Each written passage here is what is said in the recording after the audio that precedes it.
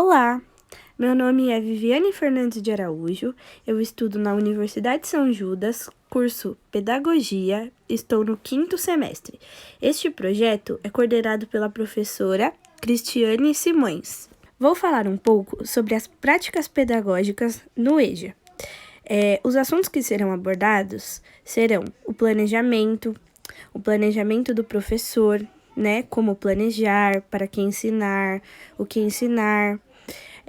Vamos falar também sobre observação e registro, né? O que o professor deve observar e a observação como instrumento de formação do professor. Vamos falar sobre registro, né? E como registrar também. Vamos falar um pouco sobre a avaliação na escola e a avaliação como instrumento do professor e a avaliação como um processo contínuo. Então, vamos falar um pouco de avaliação inicial, conhecendo o aluno e o avaliando, como avaliar os trabalhos realizados em sala. Toda atividade de sala de aula também pode servir como avaliação, então esse vídeo abordará esses temas. História do planejamento. Com o crescimento do comércio, né, no início do capitalismo, as pessoas usavam o planejamento para administrar riquezas, né, e nesse sentido de antecipar algumas situações, projetar novos negócios. Então, por isso, o planejamento era essencial na hora de criar alguma coisa, né, na hora de inovar. Sobre o tópico planejar versus improvisar. Todo mundo concorda, né, que uma ação planejada é uma ação que não foi improvisada. E os improvisos, eles não ficam totalmente perto do nosso objetivo, né? Improvisar, a gente não sabe qual objetivo a gente quer chegar. Então, planejar é muito importante, né, se tratando da improvisação, porque a improvisação ela não requer um objetivo, já o planejamento, sim. Planejamento, o que diz esta palavra? Quando procuramos a palavra no dicionário, está escrito assim: planejamento, ato ou efeito de planejar, trabalho de preparação para qualquer empreendimento segundo roteiro e métodos determinados.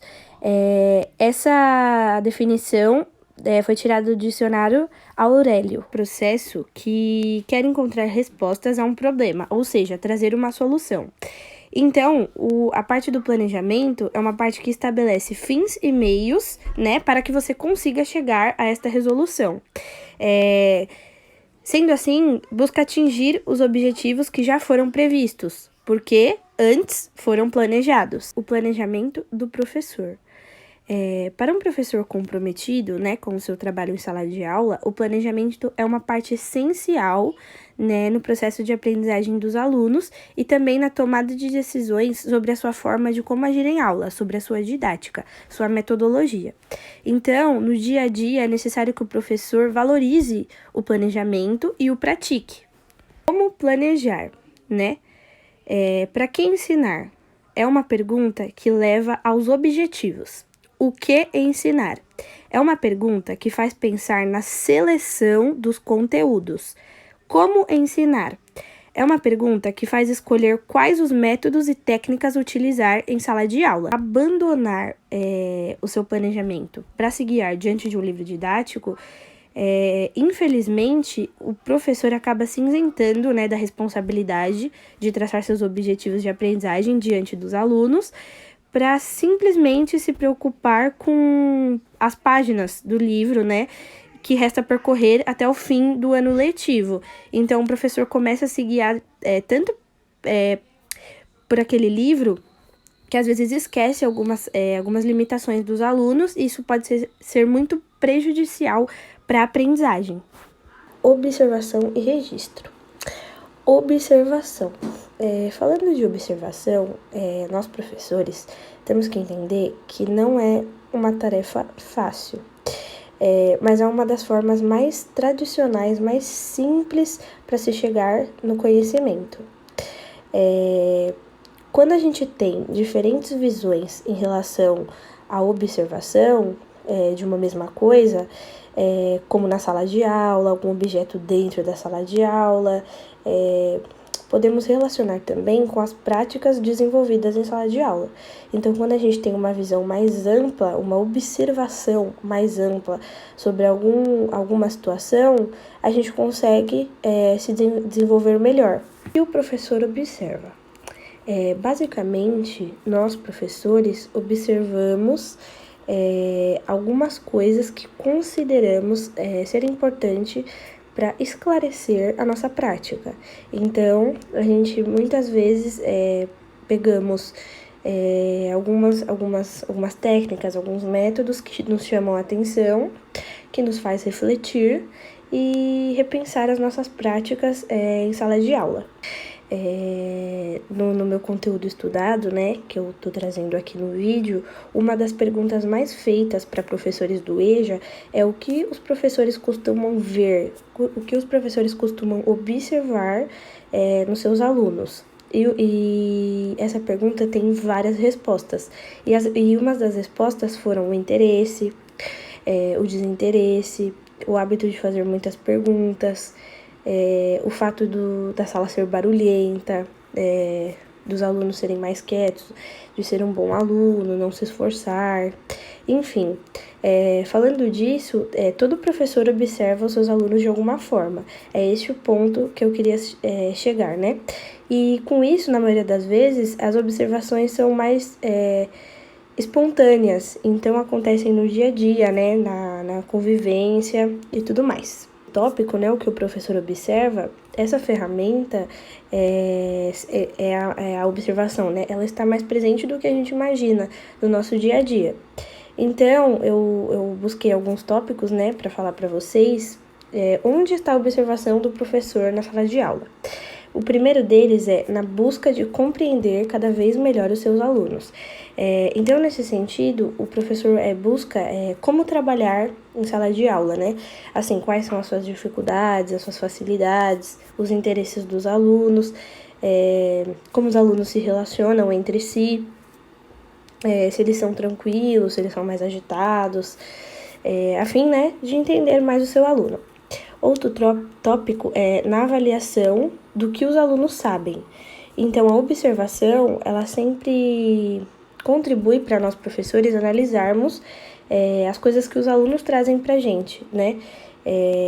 As coisas que os alunos aprenderam durante a aprendizagem. A observação também está presente no acompanhamento do planejamento. Então, quando o professor observa, ele acaba acompanhando o desenvolvimento das ações planejadas. Então, nós, como os professores, avaliamos as nossas próprias ações em sala de aula. Outro tópico é no registro do professor. No registro do professor também há observação, porque o registro faz a gente perceber a realidade, né? Faz a gente notar o que o aluno tem feito, né, traz para nós como resultado. Sobre esse tópico, né, a observação como instrumento de formação do professor, é basicamente que o professor observa algo, né, e interpreta de forma que nós, né, os professores, possam alcançar a sua melhoria da sua prática em sala de aula. É basicamente isso. De registro. O registro é uma das formas mais simples de pensamento organizado. O que é pensamento organizado? É basicamente quando você pensa em algo e transcreve para um papel, ou seja, para o registro. Então, consequentemente, você registrando algo, você está pensando mais organizado. Registrar é uma marca da humanidade. Nós, como seres humanos, a gente sempre está disposto a registrar o que vivemos, o que pensamos e a realidade, as vivências onde nós nos encontramos, né? Então, vou citar alguns exemplos sobre registro que a gente costuma fazer no nosso dia a dia, não como somente professores, mas como pessoas, né? Através de fotos, através de texto, através de vídeos, através de filmes, através de livros. Essas são formas de registro de pensamento.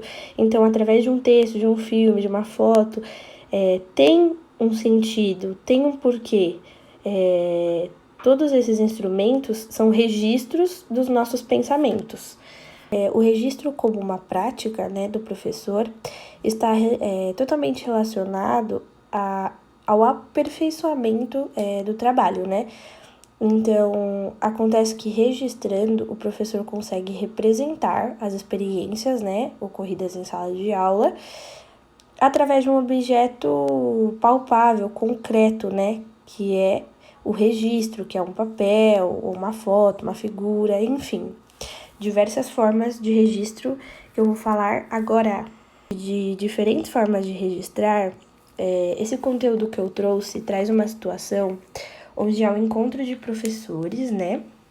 E cada professor traz uma forma diferente de registro. Então, um professor trouxe uma foto, né, do seu grupo, da sala de aula, dos seus alunos. Outro professor trouxe um comentário sobre uma atividade que deu certo durante a semana, né, durante um dia lá. Outro professor traz um cartaz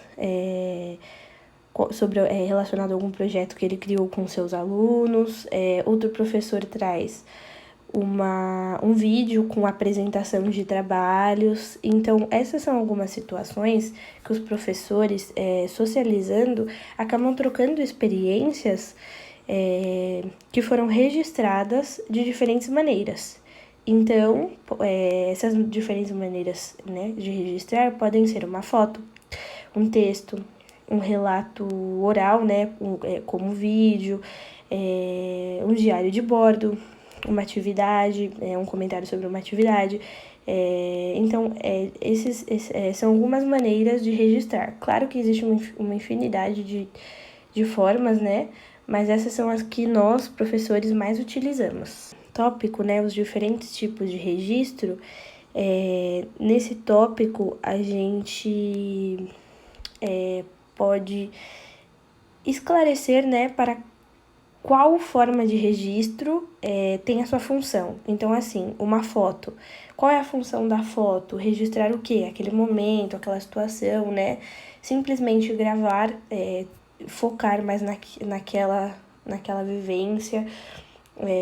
Um vídeo, por exemplo. O vídeo traz um momento, um pedacinho daquele momento, né, em sala de aula. Então, se tratando de diferentes tipos de registro, é isso que eu quero dizer. As diferentes formas que o professor tem de trazer, né, aquele momento para algo concreto, né, para o registro. Como registrar, né? O difícil e prazeroso ato de registrar. Agora que nós já vimos algumas formas de registro, né? E sabemos que todas elas têm um significado, têm um sentido. Muitas vezes não é tão prazeroso, né, fazer esses registros escritos, né? Aquela coisa de transcrever alguma situação e tudo mais. Mas essa parte é difícil.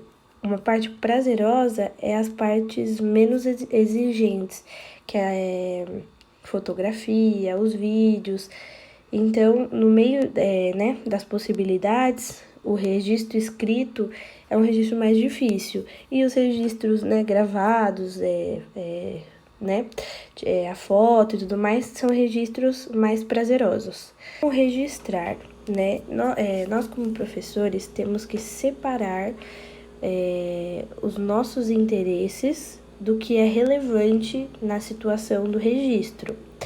Então, quando a gente se depara com alguma situação, o que a gente vai registrar, né? Sempre acontece essa pergunta.